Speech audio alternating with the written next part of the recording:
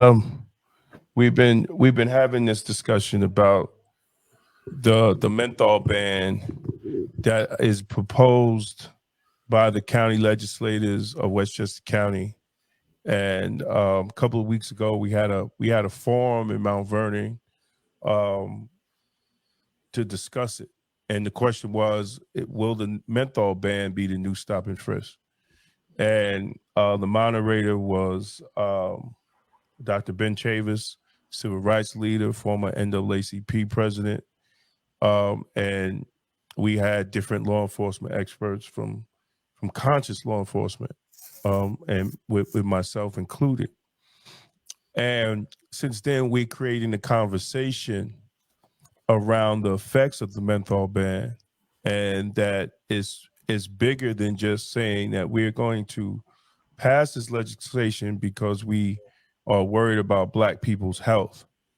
In my opinion, it's a bias bill because 80 to 90% of Black people smoke menthols, and 80 to 90% of white people smoke non-menthols. So if we're going to ban the menthol cigarettes, we're going to impede on Black people and brown people in Westchester, while white people in Westchester will walk around with their lives not affected at all. And it will also infuse the Black market of cigarettes. And we'll get into that conversation, as we have. So we have Assemblyman, and I was talking to Hezi, and he was telling me that Assemblyman Nadar Sayegh was opposed to it. I was like, great. And finally, elected official is speaking up, is saying something. And also, I almost got cussed out a couple of days ago by my sister. Uh, we've been rocking in Black law enforcement organizations for over 20 years, man. I was on the board with her with the National Black Police Association. And this is my sister, and she called me, and she's, addressing the issues too around the country. So I said, well, come on the show. It's good to hear from a female because, sometimes when you have all male, um, you know, having a conversation, we sometimes the message gets twisted, and And that's also welcome. why we invited our sister Lisa Maria Nero to be our co-host, so So she can welcome, balance us out a little bit. my sister Sonia Pruitt. Thank you for coming on the show. So I really want to, I want to start off with Assemblyman Sayegh, because having elected Sage, having elected official, I still must see. Well, you just let me just talk, man. Okay. Having elected official, having an elected official actually um, speaking out, on behalf of the issues that this piece of legislation is unique in Westchester, right? Because we usually used to politicians going with the flow. How did you hear about it, and and what's your take on it, Assemblyman? Well, good evening, Damon, AJ, Lisa. For me, as to your point, as a legislator, I was always taught to be proactive, to really voice your opinion. And listening to the young ladies earlier on the show really is a testament to their role in speaking up, whether in Greenberg, throughout the county.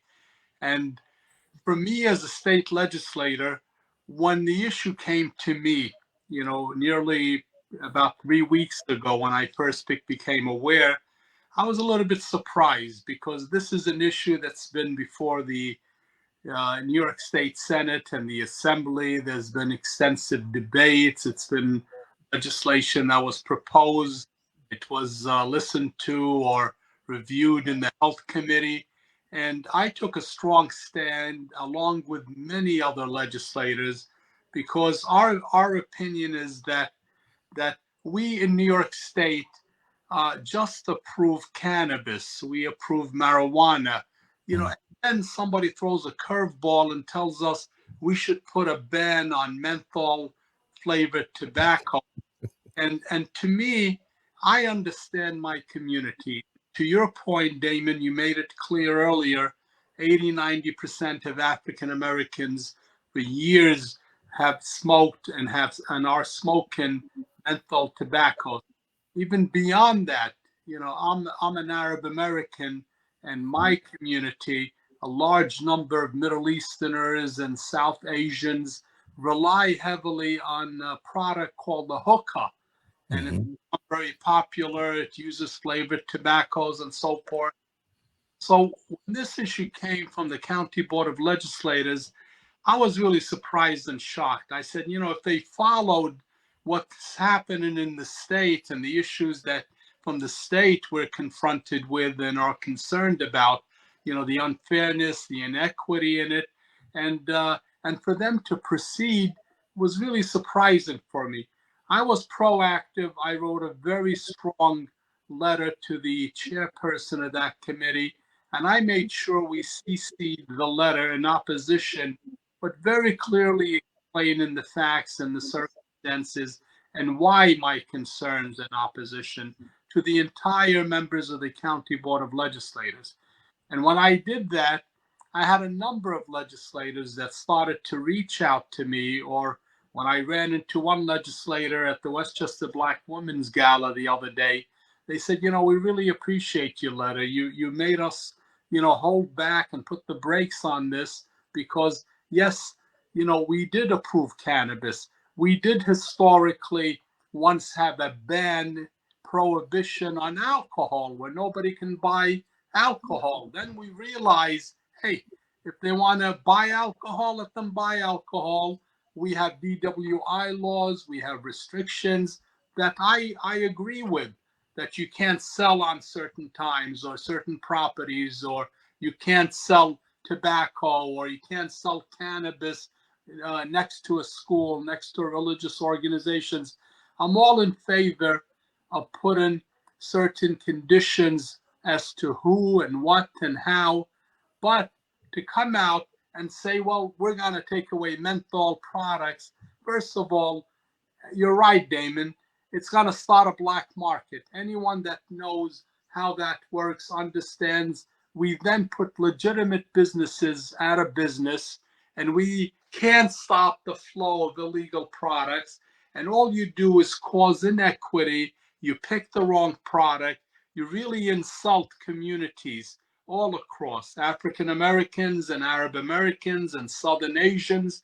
So I took a strong lead in really trying to make the County Board of Legislators aware that for the very basic purpose, why not put this on the shelf so that people have an opportunity to review? Why not follow the lead of the state that already has been looking at this issue the last at least year and a half, and see how the debate, the discussions, and how they may fine tune what they do with tobacco and flavored, and also with vaping.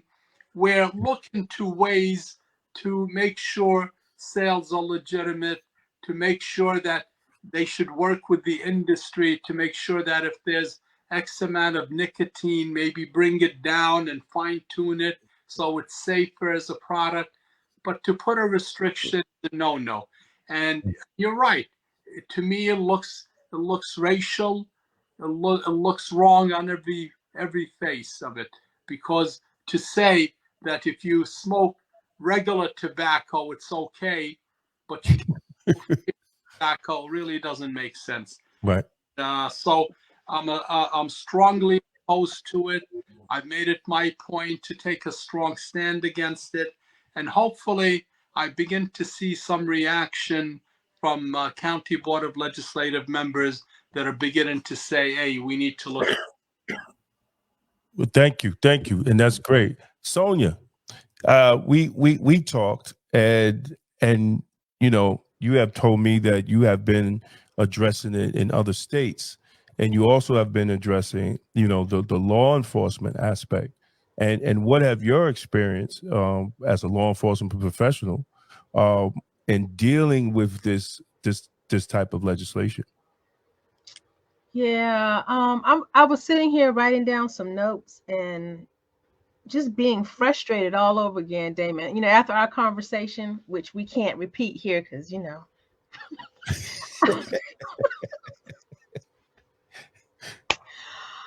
I'm just saying, okay, this is where I am. I want everyone to know that this is where I am on this.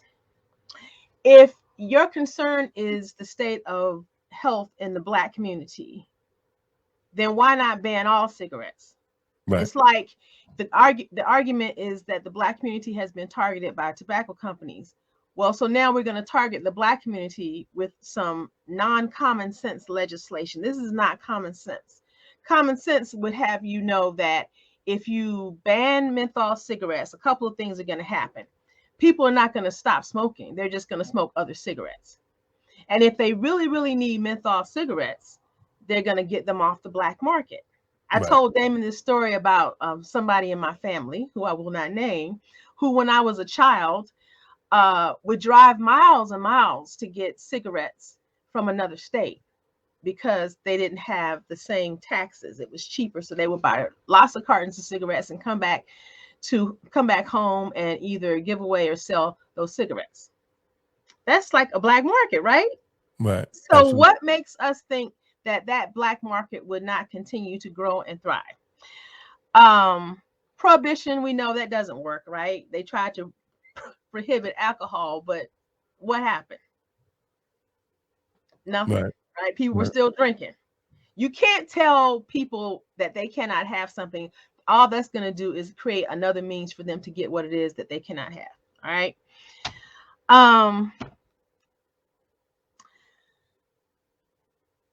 How are we going to legalize marijuana and criminalize cigarettes? Exactly. Is there some common? Are we talking common sense, y'all? Where's the common sense here? And when I heard this argument that from some people that and these are people who have some say into whether this legislation would pass nationally, right? And they said, well, we're not going to go after the people who smoke cigarettes. But as the Black community knows, that does not work for us. Right.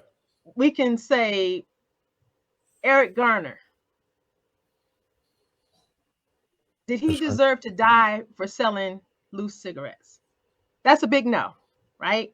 No, a big no, and no common sense. Here in Maryland, where I live, in Ocean City, a couple of years ago, maybe a year and a half, some young people were arrested on the Ocean City boardwalk for vaping. And they were beat and brutalized by the police. Young Black people. But they're just the little guy, right? They're not the people who sell the products. But why are they getting beaten and arrested? Why is a man getting put in a chokehold and killed? So I need us to have more common sense. Common sense. Just make it make sense for me, Damon. Somebody out there. Anybody? Make it make sense for me. That this is really about harm reduction, and it's a public health issue. And if you want people to stop smoking, then you need to educate them. Not take away what it is that they want and then say, oh, you can't have this, when you know all they're going to do is run and get it from somewhere else. I want to add one more thing. 1 second, Lisa. I want to add one more thing. As Brother Corey reminded us, Sandra Bland would have just got a ticket if it wasn't for the cigarette. It was the cigarette. Right. The Let man me remember that. It out. Yes. Right. Say that. Just let me add that to my list. Absolutely. Captain Pruitt, Yeah. I just want to say, first of all, that was the most profound statement on that subject. You just made it make sense. You just made it make sense. And that was my take on this same ban. Because on the previous show, I was at the Black Congressional Caucus when Mr. Chavis was actually speaking on it, and they had the whole workshop on it. So I heard it firsthand before even you had the forum. But that, like I said, had to be the most profound statement. And that I thank you for that, because now it really makes sense. Like, how can you pass this where, again, if you're gonna ban it all, ban it all. But that, again, thank you very much for that statement. You just nailed it, and then you killed it. Thank you very much. You're welcome. Thank you.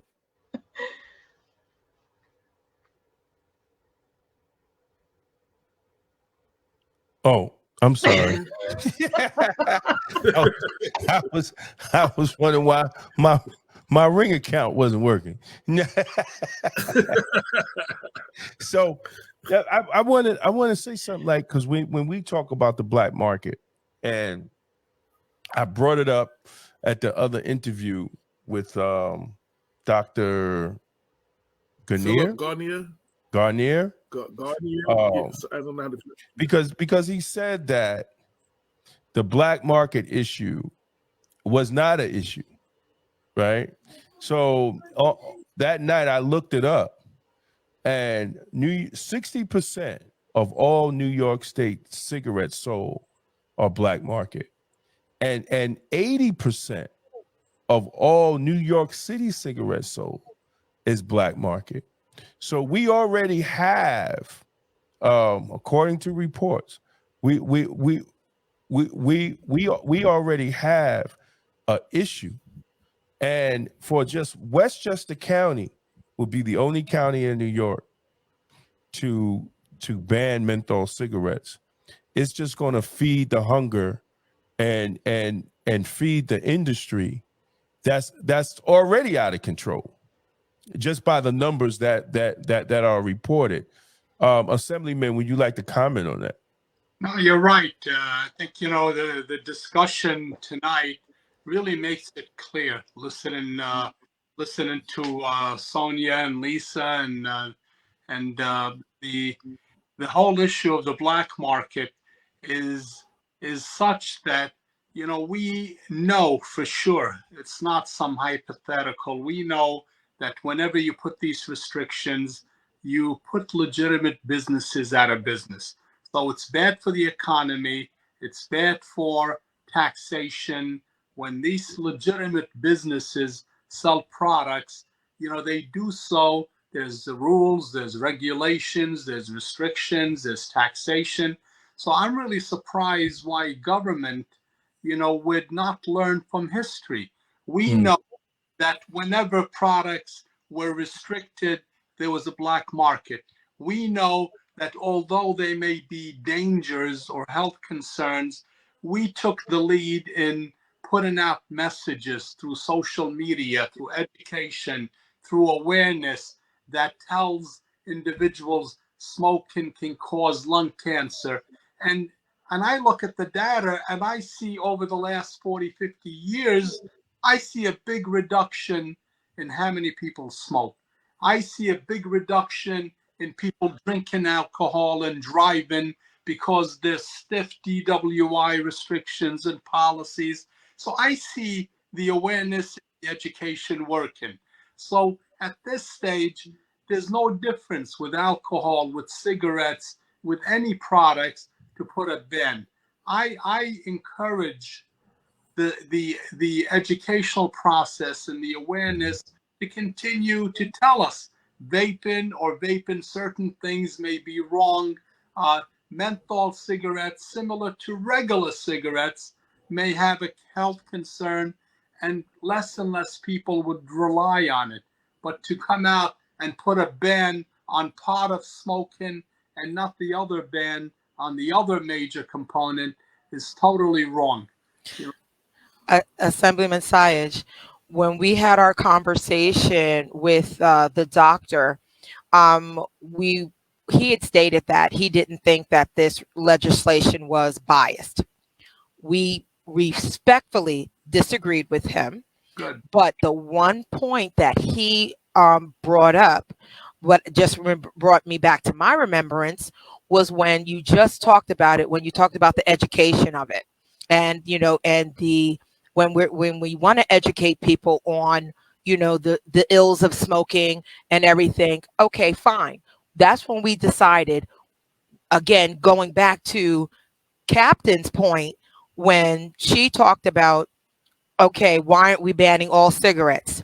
And then back to Damon and AJ's point about, well, let's go all the way back. Just again, as Captain said, when you're talking about the cigarettes that were targeted, if you're targeting us before, now you're targeting us again. Why aren't you paying for the education? Why aren't you paying for, I'll call it reparations, that you target us? This is your fault.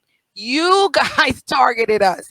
You said there weren't you targeted us because we were not smoking the same way that and you targeted us with menthol. And according to the doctor, menthol has an even harsher effect because of our skin tone, and in addition to I guess the menthol being more palatable, so we're inhaling more, and again, AJ and Damien can go more definitely more into that.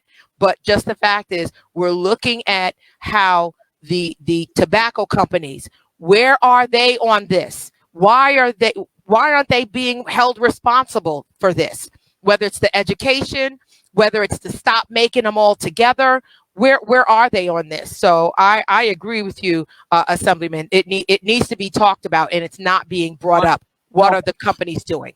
You're so right. I mean, there's a lot of system faults, and unless people speak up, unless they challenge the statements, we had a hearing, you had a hearing recently. You listen to testimony that you hope, you believe, and trust, but then when you look deep into it and you realize not only is it wrong on its basis at face value, but in some ways it's outright discriminatory. To target one component in a community in an economic standard is really wrong. And I can tell you, as an educator, many of us recall some 30 years ago, we had a serious problem in the nation with young kids that were less active as far as sports, and the fast food market and the fat content and the sugary products.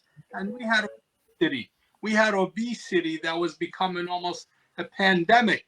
So over the years, when I see the last 20-25 years how schools don't sell snacks, or that are sugary, or snacks that have a high fat content, and you see that there's more healthy products that are being sold, people say, oh, well, you're right, there's been a big transformation in that.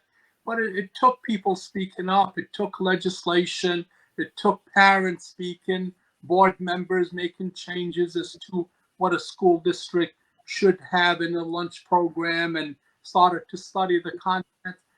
People may say, well, that's a different topic, but really, to the point we made earlier, whether it's alcohol or cigarettes or drugs, now cannabis, marijuana is legal in New York State. And I often tell the people that are advocating for the ban, how can we, in good conscience, say we want marijuana, we want cannabis to be sold and utilized in New York legally, but we're going to go after flavored tobacco or menthol cigarettes? Exactly. It's nonsense.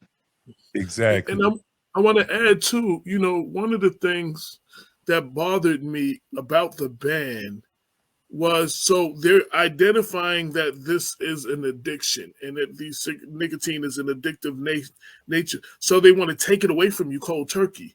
And they're not using the tax money or whatever that they get to spend money on, ways to get people off of it. One, education, but two, giving out. They said that the tobacco companies used to, and it used to be a little truck that used to come through Harlem and give out the small packs, and had like 5 cigarettes, and then they would give out, the Newport truck would give them out. Why aren't we doing that with patches and gum and things that help them get off of the cigarettes? Like, you're asking people, you're saying it's an addiction, but then you're telling people we just want to take it away. The other thing, I still, and nobody has addressed this for me, how can you ban the sale of something in Westchester but it's okay for me to have it. It's illegal to sell it, but then how is it okay for me to have it? And one person at the county asks, one person at the forum asks, so if you got to go to the Bronx, which is a different county, which is my running borderlines on the Bronx, and you bring it over, is that smuggling across county lines now? Is that is that a crime? Like these are things that are not being discussed, and in the forum, one of the things we talked about was the unintended consequences. You know what I'm saying? And we're not looking at that, and they just want to pass this thing without actually meeting with the public, like having conversations, having focus groups, having forums or anything to get the input, getting the input. They just, I think it's ill-advised. And, we keep doing these things. We keep passing these ill-advised bills, the prison reform, the bail reform thing, that we needed bail reform, but now the bail reform needs to be reviewed. That the reform has to be reformed because they didn't put a lot of thought into the reform. You understand what I'm saying? And I talked about after Sandy Hook, they created the stiffest gun, making it illegal to get guns and stuff like that. And I live in Mount Vernon, and I hear the pistols go pop all around here. They're not from Mount Vernon. What are these guns? These guns, they're just bringing them in from out of state. Yeah. For these kids to have, and they're still shooting them. So the ban didn't help. That legislation for the the stiff. So we're not thinking these things out.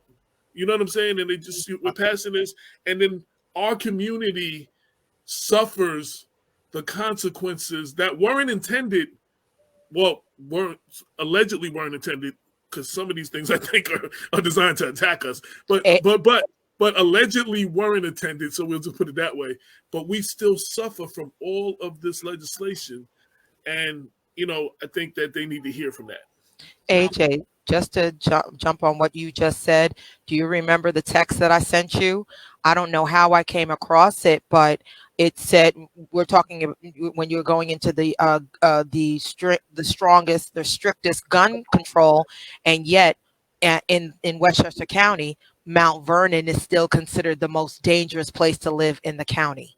Mm-hmm. Number one. Mm-hmm. So much for the laws that are put into effect. One last point, when you're talking about ban, you just said it very poetically. When you go to the Bronx, you mean that it's not going to be illegal to bring it. But an even better question: does black market just mean lack of taxes? Well, that's what's going on now, and I was trying to explain that to the doctor. So Giuliani and his infinite wisdom, and I don't agree with him in a lot of things, but they needed to raise money, and they didn't want to raise the taxes on all of the residents. So they said, we're just going to raise the taxes on all the nicotine. That's why in early 2011, cigarettes went up to like $15 just in the city, the 5 boroughs, because it was like all these extra taxes. You understand what I'm saying? That is the difference in the prices in this. Like my sister lives in Virginia. They're a lot cheaper there because there's less taxes on them. But in Atlanta, they're even a lot cheaper there because then there's less. Georgia has less taxes. Or you go to Alabama, they're even cheaper there because the taxes. So that what you're doing is, what the actual crime is, you're bringing them from another state and you're bringing them across, and New York State is not getting their taxes. You understand what I'm saying? So that's actually, it's not bootleg. Bootleg means, bootleg usually means something counterfeit. It's the real product, but it's not being taxed through. So you're bypassing the New York City, all those taxes. You're bypassing all these places, their taxes, and you're bringing them in, and then you're selling them in this, the municipalities or the state is not getting their taxes. And that's what it is. That's a whole nother crime though. But how about if you bring in those cigarettes from New Jersey? See, that's a whole nother state, and now you got an interstate issue. Well, that's what I'm saying. Georgia, Virginia, that's where they're coming from. Okay, so everybody knows I do smoke. I smoke Newports. No, but all these stores around here, I know when you look at the bottom of them, they have a Virginia stamp on them. You understand what I'm saying? This is what there you go, snitching on the store. So here's what I'm not talking about, but I'm not snitching on the people. But you see, and you watch the news.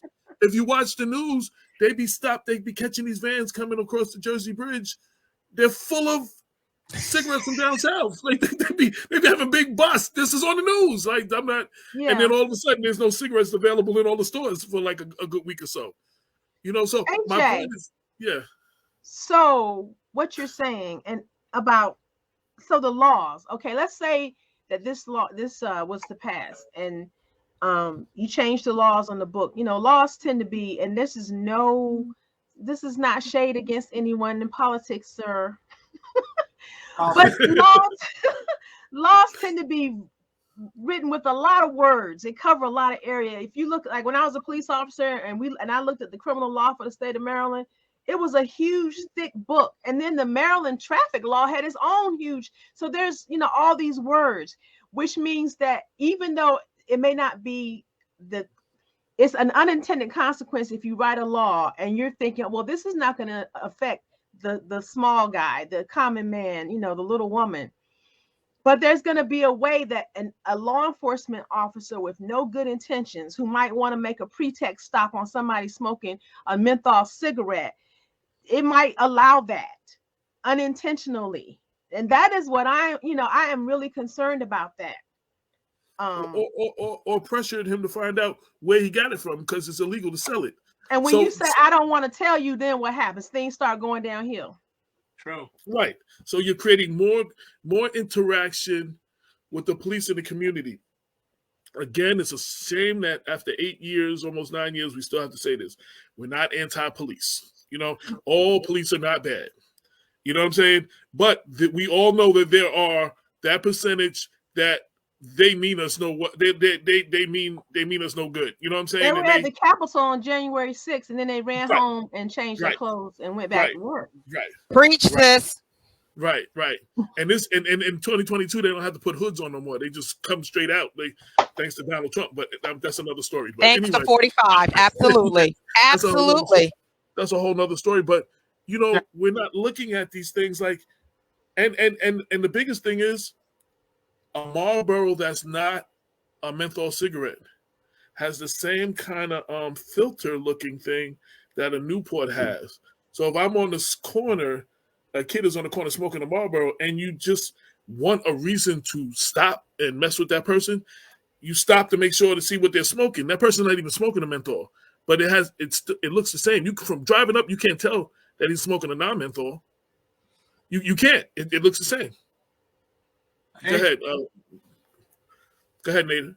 Yeah, if I may, just to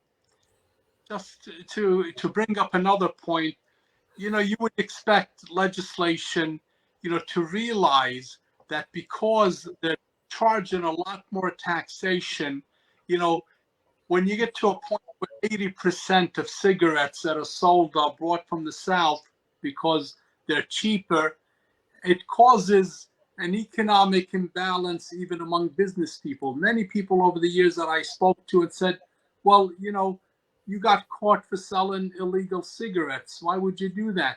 They said, well, it's not being stopped and everyone around me is selling illegal cigarettes. I'm at a disadvantage if I have to sell the cigarettes. So the state should really try to get more in uniform with the other states as far as taxation and have all the cigarettes and sales take place in New York. It probably would make more if they sold more cigarettes that are compatible with taxes in other states than what's happening now. Now they spend a ton of money, got a whole force of people to fight against the sale of illegal cigarettes. So it's a double whammy. It's costing the state a lot more. That's the common sense sometimes we look at and say, well, you know what? Keep the taxation compatible to what the other states, and then nobody would have to bring cigarettes from the South or anywhere else. And this way, whatever revenue is collected, it's done so for New York State. But they say, well, that's too simple. But that's some of the legislative initiatives they should be taken, then try to ban product. Sonia, I wonder. So, the presentation we had, the forum. I don't know if you actually watched it. Got a chance to see it. So they were saying that So they were trying to explain to us that this would not be a law enforcement issue. It would be the health department type people going around doing this. But those people are not coming in the hood in Brooklyn and the Bronx and stuff without law enforcement. Like, they're not coming to these neighborhoods that they don't live in like that without a law enforcement presence with them.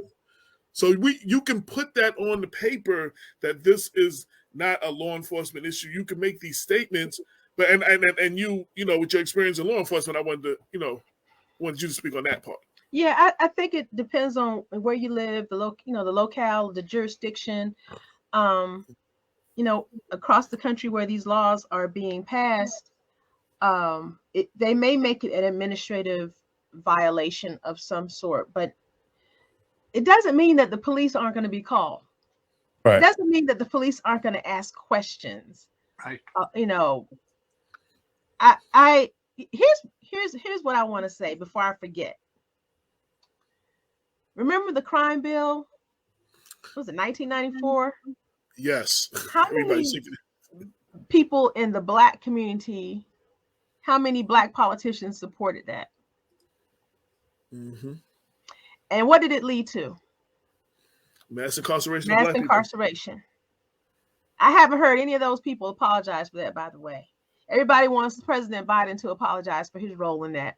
But what I'm fearful of is this being another example of that, where you pass some well-meaning legislation, but it has unintended consequences, and years down the road, you're like, oh, wow, that wasn't such a good idea behind closed doors.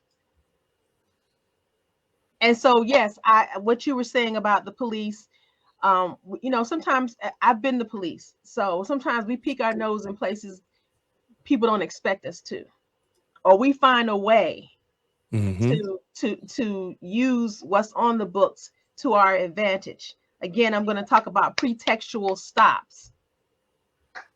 If you know something is illegal, whether it's an administrative law or whatever, and you're like, ooh, maybe I can stop this person using that as a pretext to something else, like wanting to search their bag, their person, their car, then that's what the police do.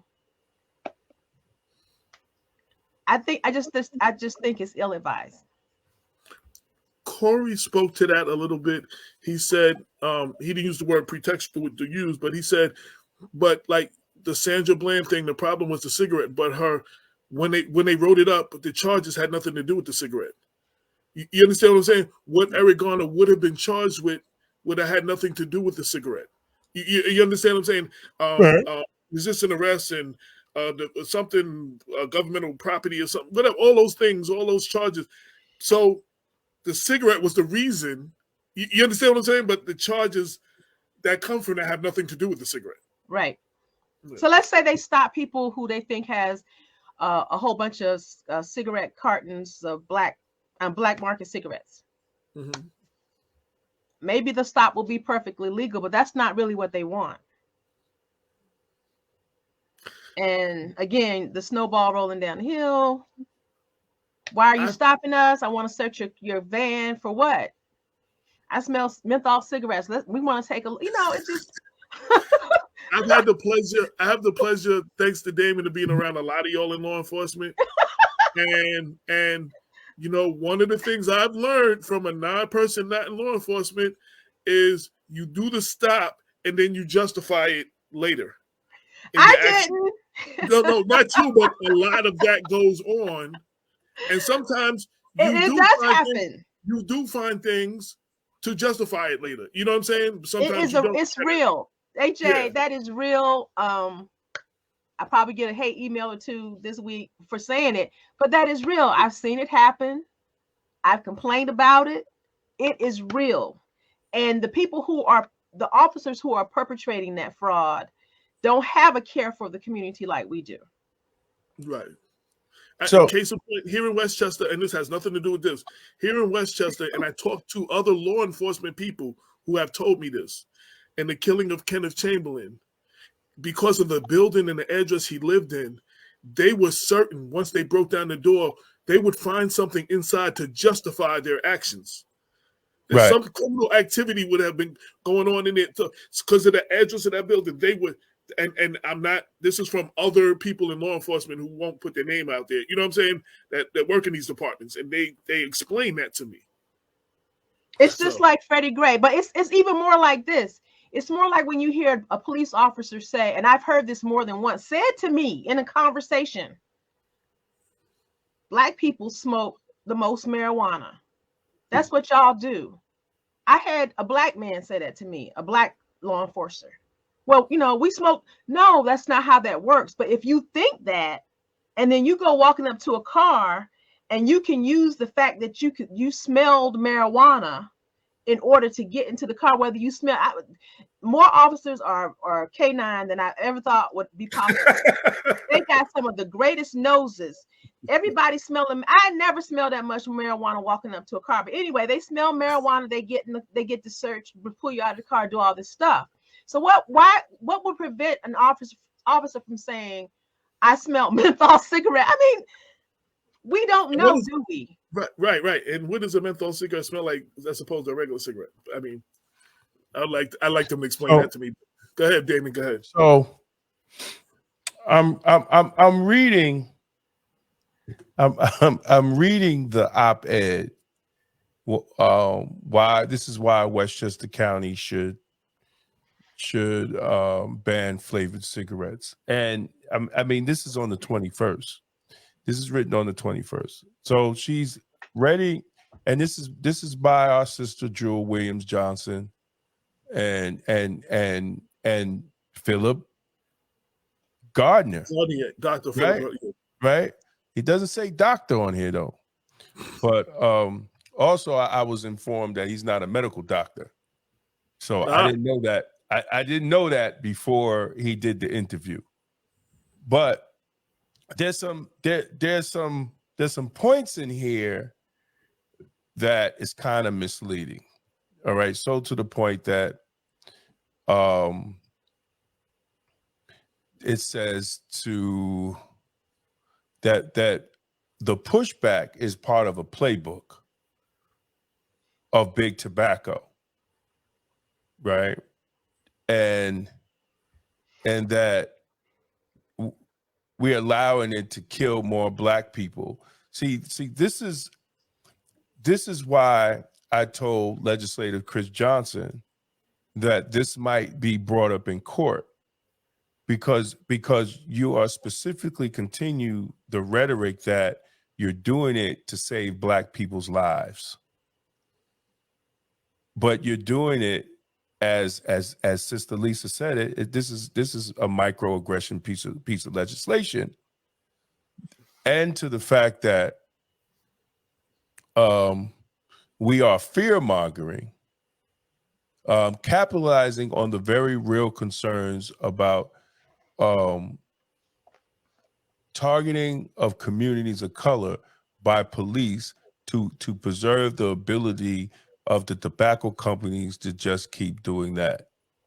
I have to publicly disagree with what they're putting in this article, right? Because I think that is more fear mongering, because we're talking about real life situations, and nobody that has pushed back is actually supporting the smoking. We recognize the dangers of smoking, but we're saying that you just can't target one group of people and allow another group of people to smoke with impunity.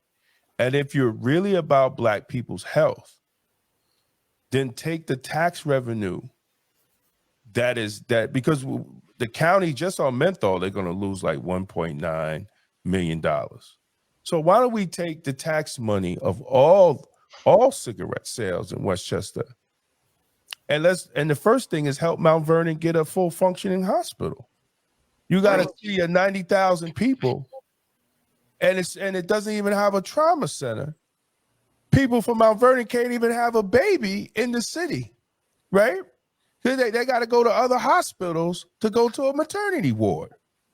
If you want to talk about health, if you want to talk about saving health of Black people, right? Make sure people like Life Progressive, make sure sisters like Kobe and other people in Yonkers, help them get fresh fruits and vegetables to these poor families. Because I know in Mount Vernon, when they get a shipment, the line is around the corner for them to get fresh fruits and vegetables. And I could damn near guarantee, Assemblyman, when all the people that do it in your city, the line is around the corner when they have fresh fruits and vegetables. Absolutely, there Damon, is. Damon, let me add 2 points to what you were saying.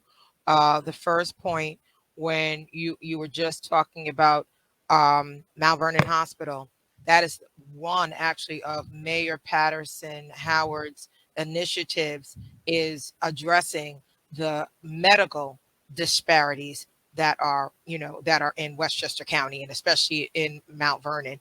And in particular, I just did not understand how they saved Dobbs Ferry Hospital, but they did not save Mount Vernon Hospital. Don't get me started. Well, we know why. I'm going to talk to you offline about a lot of that, because I want to save and transform the committee, the steering committee, to save the hospital.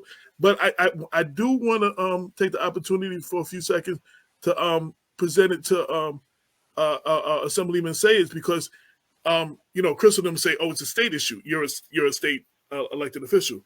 You know what I'm saying? Sure. What do we need? We need your help. I'm just putting an appeal. Montefiore is not doing what they promised, and one of the things that we've been talking about in the committee, Montefiore gets a lot of money from the state. You understand what I'm saying? And if they're not going to do what they're supposed to do for city, there should be some kind of penalization or something, because they're not listening to the little people right now. But if you mess with their money, you know what I'm saying, you're going to get more action in what needs to be done. They came in, and what they did is, when they brought New Rochelle Hospital, they brought Mount Vernon Hospital. They never had Mount Vernon Hospital was in disarray anyway, so they figured they'd just throw some Band-Aids on bullet wounds real quick. And what they did is they told the ambulances to start driving traffic to New Rochelle and to the Bronx. Then they came to y'all in the state and said, "Look, no one's using Mount Vernon Hospital." Then they stripped services out of Mount Vernon Hospital, so we can't use the hospital, to try to get permission from y'all so they could close the hospital. Like, we need to be able to address this more at the state level. I mean, I talked to our state, but I want to, I know you're not my representative, but you're on the state level. So I just wanted to throw some of that out there, and I want to have that conversation offline after this, though. Well, no, by all means. I mean, I am on the health committee, as well as Gary Pretlow. I recommend that we should make an issue out of this. I have no problem arranging a meeting with Assemblyman Pretlow, myself, other local leaders, Assemblywoman Amy Paulin. There's a number of individuals in the Westchester delegation that are really impacted tremendously by what Montefiore Hospital is doing. We know there's a lot of consolidations that are going on, and some are bad for the community, as in Mount Vernon. It's true that when you don't have the ability to deal with trauma, for a city of 90,000 people, it's really a problem. And in Yonkers, we once had 5 hospitals in the city. Now you're down to 2 hospitals, and the bickering that's going on by these consolidation efforts is really damaging for morale, for the hospitals, for the staff. So from my end, let's reach out. Let's find out if there's any specific request. I have no problem taking the lead and trying to put pressure on Montefiore or through the health department. Maybe set policy as to any community of X amount of population must have a trauma center, must have a maternity ward that they can deal with. And Lisa brought up a good point, that you're born in Mount Vernon and you can't say you were born in the city. You live in Mount Vernon, but you can't say you were born in the city that you live in. Is really a shame. Yeah, and they did a study. they did a study, and I'm going to get off of this. So Montefiore did a study showing that Mount Vernon had more cases of heart disease and diabetes and all that, and got an additional $40 to $60 million from the state. That none of it went to Mount Vernon, it went to the Bronx or something. It was all diverted. And yeah, if I can set up a meeting with the committee and you and Sure. the health, because we need to put pressure from the state. And I'm going to go off of that, but I couldn't leave this conversation without having you and bringing that up. No, I think it's a real conversation, but I also like to say, this is a new issue for a lot of people, but this issue has been going on with the stability of Montefiore all the way back when Clinton Young was mayor. So let's not see. My whole thing is, yes, Mount Vernon needs a hospital, and the hospital was in disarray before Montefiore got it with the other people. But what I'm saying is, it wasn't no damn secret, right? When Lyndon Williams was county legislator, he was in an uproar when County Exec Astorino took the inmates from Westchester Medical Center and started sending them to Mount Vernon. Lyndon Williams got in an uproar, and it's reported on News 12. And Astorino's response was, "Your hospital is cash strapped." They knew it then. So I mean, only thing I'm saying this: let's not fall for the banana in the tailpipe all the time when it comes to issues that involving Black people, because there are politicians in Mount Vernon on the city and the county level that just let that shit get kicked down the road until to the point Montefiore just threw their hands up, and now all of a sudden it's Montefiore's fault. Right? We gotta understand. Oh, right. Let me finish. I got you. But I'm how do we go from here? And now but before we go forward, we gotta understand where we came from. Right, see, because everybody want to have press conferences and acting like they for the hospital to be open, but not one damn employee from Mount Vernon goes to that hospital, right? Because why would the city open up 2 outpatients clinics on Gramerton Avenue if they're having press conferences around the corner to keep the hospital open? See, we got to have real conversations about this, because it's about Black people's lives, right? It's about Black people's lives, and they're playing politics with poor Black people's lives. So if you was really about the hospital, those 2 clinics should have never opened, right? They should have been focused on making sure that Mount Vernon had a full-fledged hospital. I think the only person that came out of City Hall that actually go to that hospital is Andre Wallace. And he one of the richest person that can, and he got more money than people in City Hall. Now, right? So we got to have real conversations, and if we're about it, it should be an initiative from the city to make sure that city employees go to the hospital, because see, it's all about money. At the end of the day, you can't keep a business open when you're dealing with a whole bunch of poor people. Let's just be honest. But we don't want to have that honest conversation. But that's another conversation to have, because there's layers to it. Because why is Mount Vernon getting pushed? All the homeless people, all the sexual predators. Because when I was living out Mount Vernon and I downloaded that sexual predator app, man, them little faces were popping all over around my building, and I have 4 or 5 in the building. So we have to address that, and I think the assemblyman can help us too, because it has to be equity in housing and how poor people are distributed throughout Westchester. Listen, the Circle in Mount Vernon is not the Statue of Liberty for all poor people to come in, right? We have to push them out.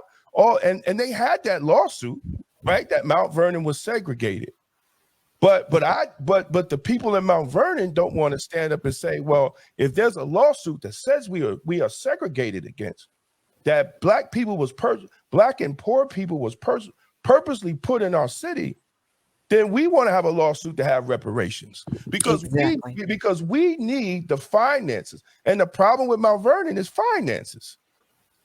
If they can't maintain buildings with poor people from the Bronx and poor people from all other places, they can't maintain that. And now the institutions is falling apart because they can't maintain the poor people neither. You can't run a full-fledged hospital on nothing but Medicaid. And Damon, just let me jump in on your point, because you said they opened up 2 clinics outside or around the corner, correct? Exactly. Yeah. Why now? Here go full disclosure. My master's is in public administration with a specialization in hospital and nursing home administration. Why didn't they open up those clinics inside the hospital? Why not? Why not? Tell me, why not? And the reason why I say that, because my company opened our workers' comp company inside of Forest Hills Hospital. That's why I say that, because it can be done. And so, and then it would also have the services in the hospital, would have been revenue. It would have been access. So that's one thing. Those clinics should have been opened inside the hospital. If there was a cash issue, no, sir, should have been opened inside. And just to double back, just to let you know, Dr. Garnier, he is a doctor of public health. So that means that he has his doctoral degree awarded in the field of public health. And then it usually is health practice, leadership, research, teaching, and of course, administration. So I just wanted to let you know. Okay. So he's not a practicing medical doctor. He's not a medical doctor. He's not a practice, right. He's not an MD. Right. It's a doctor of public health. That's the difference. You're on mute. You're on mute. We got to take you. Lisa, you can't pick and choose what research you want to look at, right? I mean, you can. As far as because there's so much research surrounding the whole tobacco ban argument. Yes. And when we're doing our when we're setting this think tank up, again, we just want to make sure that we hit all 5 areas where there's so much disparities in the Black community. So, and the good thing about it is when you said where we can pick, that's the purpose of us being in control. See, because so it's our intention to create research that will help the politicians. We can help get government grants so that we can direct the research. So, because historically, all the research is not on our people. I can sit here and try to do as much as I can, but I can't find stuff. I'll give a prime example. I am trying to do it on reparations, and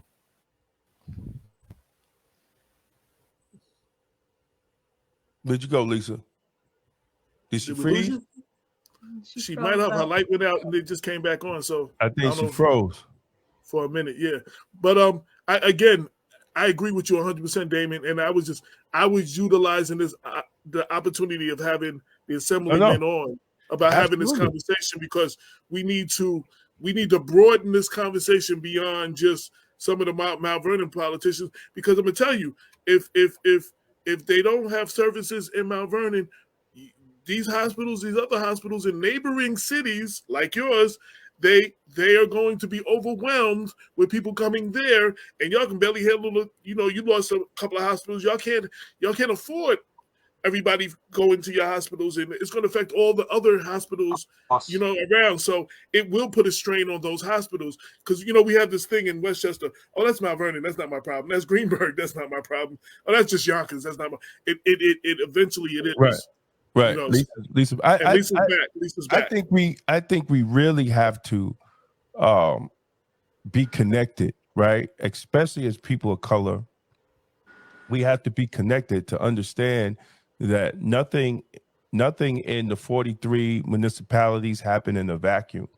They all affect us as people of color, but we haven't got to that we haven't got to that point yet where what we see what's going on in Mount Vernon, that we relate to it from Greenberg. What we see what's going on in Yonkers, that we relate to it from Mount Vernon, or relate to it in White Plains, and I think we have to be able to start relating that, because we are all, it's systematic, right? Because if they purposely move white people out of White Plains, which they did in the 90s, right, that affected Yonkers, that affected Mount Vernon, that affected Peekskill, that affected New Rochelle, right? And we're still recovering off of what they did back in 1992, 93, and 94. Some communities begin to recover, like Yonkers begin to recover, Peekskill began to recover. Mount Vernon still haven't recovered, right? Rochelle recovered, right. Greenberg, I don't know what the hell's going on in Greenberg, right? Facts, Damon. Because they're just shipping black people out like it's no tomorrow, right? But where they going? They're going to Mount Vernon. They're going to Yonkers, right? So they shipping Wait, it's not even the 5 boroughs. It's not even just here. Manhattan was shipping their homeless to Mount Vernon. And Yonkers. Yonkers, right. From Mount Vernon. And they gave them money for like 6 months or something. So now they don't have no resources to get a job. And after the 6 months, they have no money. And now they're all problem. And you know what? And when they was shipping the guys, when they was shipping them, when they was butching them from Texas, I was like, now New York City know how we felt when y'all was shipping, when y'all was shipping the poor people up to Westchester County. Yeah. I ain't feel bad for Eric. That's my man too. I ain't feel bad for him. But I said, well, we was feeling the same way, you know. But I mean, we have to figure it out somehow, because we need the money to address it, right? And Sonia got to go for a second. I just saw it popped up on my screen. But Sonia has to leave in a minute. You have any last words, Sonia? Last words? Anything that you want to No, address? thank you all for having me and letting me, express my frustration concerning how our community is once again the target for negative ridiculousness and no common sense behavior. I mean, I want to say so many other things, which is why I can't get my words together.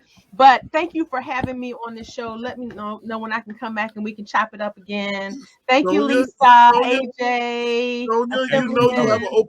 You have an open door. You don't have to wait for an invitation. You never have to wait for an invitation. Okay. I you got something to say, you just holler.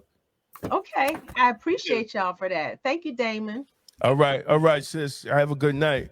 Captain, again, thank you for that profound statement, sis. I'm telling you, you made it make sense, sis. I promise to God you did. Thank you, Lisa. I'll see you next time too. Sounds good. Okay, bye-bye. Bye-bye. Assemblyman, so, you have Damon, finish up. Yeah, no, I was just saying, Assemblyman, you have any last words? We're in overtime now. Yeah. You want to, No, I really appreciate the opportunity. AJ, Damien, Lisa, and Sonia. This is crucial because, we're at a time when there's so much fear mongering. I happen to be a Democrat, and whether it's bail reform, it's looking at the crime rate, it's looking at policy procedure. There's so much fear mongering going on, and it really impacts who gets elected, impacts the status of elections, not only midterms, but really here in New York State. And what's really crucial is really your show and other forums to disseminate information, to really clarify a lot of the misinformation out there, to really motivate. I consider it my base, to motivate a base of people that are diversified, immigrants and working people and labor and minorities, to really promote that understanding of how government works, how it's important to really get out something as simple as voting. We take it for granted. People all over the world that don't have that right cherish it, that in America there's democracy. And I got to tell you, I went door to door knocking, specifically in areas where there was a large immigrant and minority community. And, you know, and what I witnessed in some ways was very, very positive in that, you know, African American and Latino females and Arabic American females were so motivated to get involved and to vote and understood. And there was this big disconnect with minority young men that for some reason did not want to talk, did not want, and I understand the economics, understand the factors that discourage and demotivate and maybe mistrust, but we're at a critical time where we have, whether it's a political party or individuals or a philosophy, that are honestly doing a great job, that have turned the media into this whole pandemic of crime, where we're living in a metropolis of 12 to 14 million people. You look at the New York metro area, and meanwhile, every time you put a major network on, well, there was a crime in Brooklyn, and there was a crime in Crown Hill or in Westchester County. I'm sure a lot of that was taking place before, but now the emphasis is such where there's so much fear, where someone like myself that voted for bail reform, you know, have to be on the defense to explain that the very basis of bail reform is equity and fairness. That if two individuals commit a small crime, why should I go home to my family and job because I can afford $250 and somebody else has to stay in jail sometimes as long as 6 months?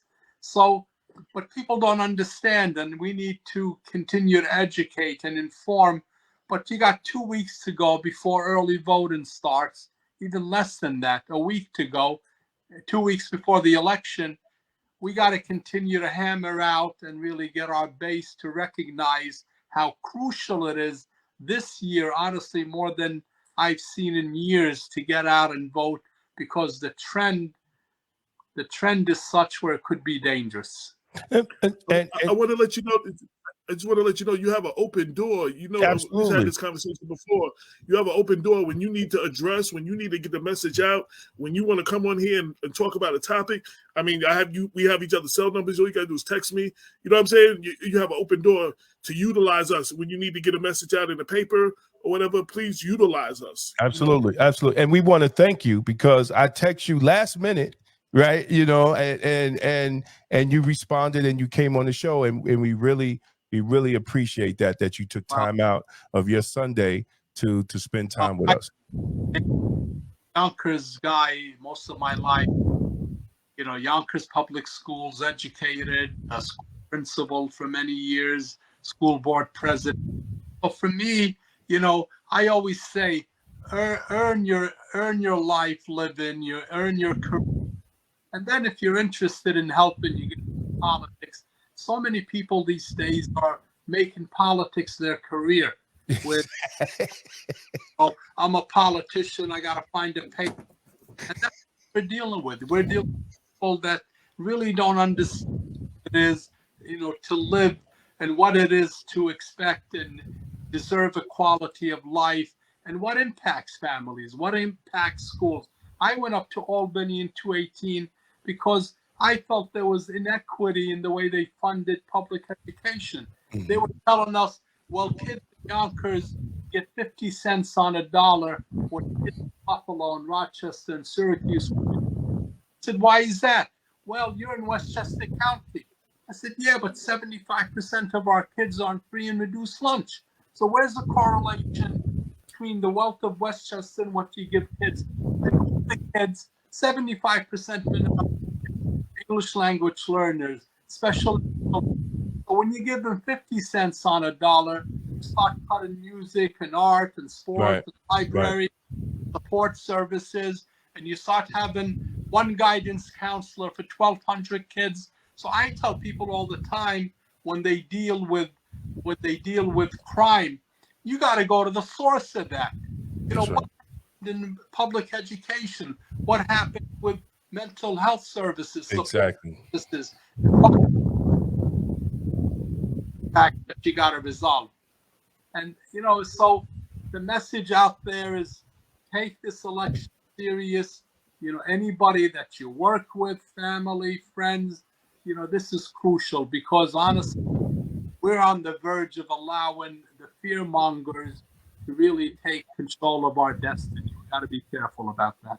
Yes, thank you. So, thanks a lot. And I'll make it hopefully to come on. Love the opportunity. Thank you. Thank you. And I will reach out to you offline about the hospital, the whole hospital issue. I'll reach out to Assemblyman. Thank you very much. Tune him into what the issue is. Thank you. Have a Yeah, good night. he's been to a couple of meetings, but yeah, thank you. Thank you very much. AJ, Thank you. AJ, let me Yes, tell you something. This is where it's so important that you talk about when you're looking for legislation and you're looking for support.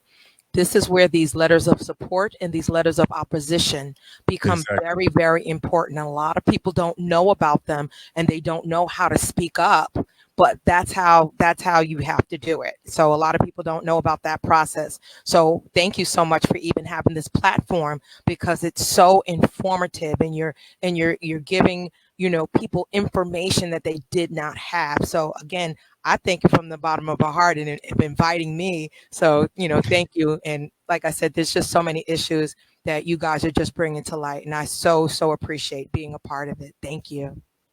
No doubt. And I didn't even know he was part of the health commission or health committee, whatever, or the head of it. Because that's what, see, I want to go, that's who I want to talk to.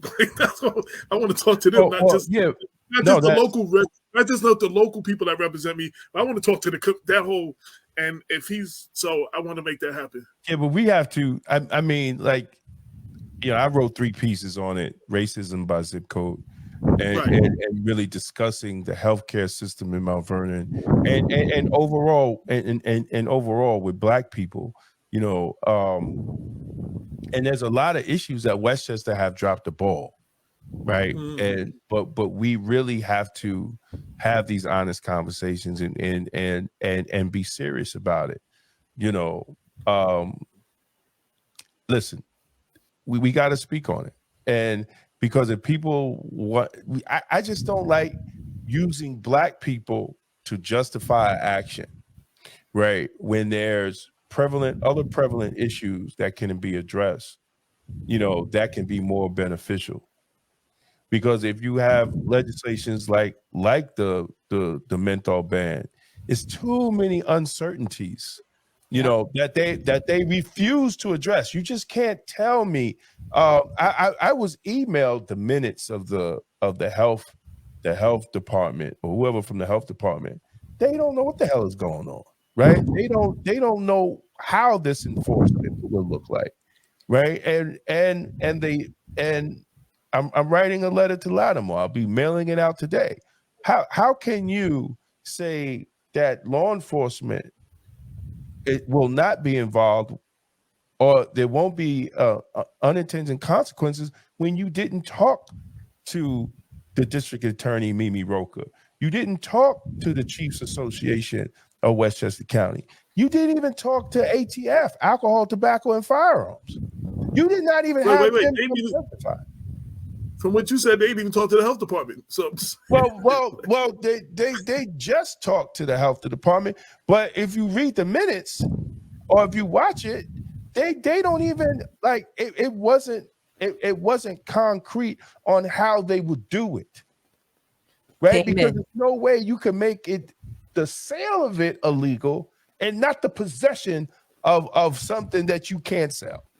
Amen. So that would be a possession of contraband. But wait a minute. Wait. What were we just talking about earlier? Where's the research? Exactly. Exactly. Where's the research? Exactly. And you know what? Well, we asked at the forum. We've been asking for the research. The same way the doctor, when Damon brought up that point, he was like, "Where'd you get that from?" And Damon sit there and sent it to him. We have not got none of that. And none of the things that they said, and we like, where is that? They didn't do that to us. Nobody has sent me. Forget about everybody else. Black Westchester has not received anything from any of them on the research of anything that they're speaking on. Because if they gave it to me and the research backed them up, I would write the article in their favor.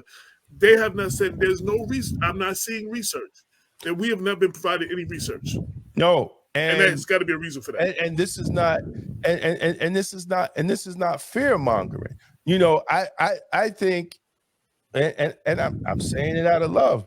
I think Jules' op-ed was a strike across the bow to soften up the public, you know, because they're going to try to pass it, and when the opposition comes out, we are going to be looking like the bad guys. But the whole thing is we've been discussing it and even talking to Hezi, right? He was like, "Oh, that's a biased bill." Like when you talk to people that understand politics and understand how things work, the first thing that come out their mouth is that's a biased bill. And you know, Hezi, me and Hezi, we never see eye to eye on all the things. Oh, absolutely not. So this is not somebody that I could say, "Yo, that's my man. He's gonna." He agrees with you all the time, right? Yeah. Exactly. No, that's not. That's not how it works. I'll be on his show and 10:30 tomorrow. And he, you know, and he was so interested in it. He asked me to send the articles that we already put in Black Westchester. You know, so the whole thing is, it's like we have to, you know, we have to have honest conversations, and the county is still not willing to have the honest conversation, right? It's still, because if you don't talk to the DA's office, you can't tell me that you're 100% sure, because I've talked to people in the DA's office. You know, Lisa, we went to school for people that make decisions up there, and they say it's stupid. Yes. They say this is crazy. Matter of fact, one of them, when we did the show, when we did the live show, commented and said we did a great job when we was live. You know, so I mean, I don't know, man. We just, it's like they're taking this on, but they haven't addressed police reform.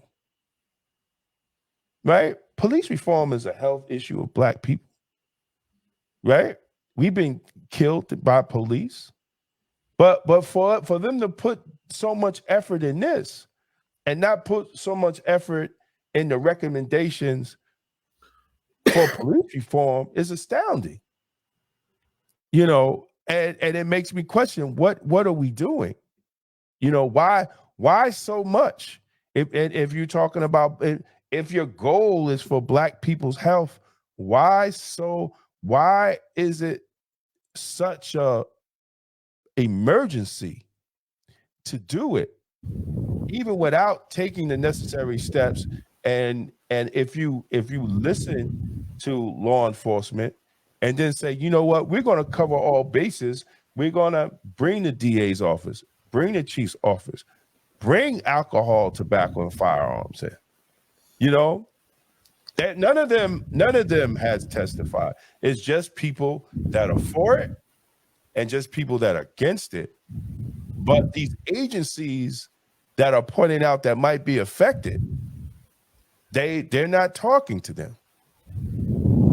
And then the testimony from the department that they say go ahead. So here's the deal. If 60% of all sales in New York State are illegal cigarettes, 80% of all sales of cigarettes in New York City are illegal, but 60% in the state.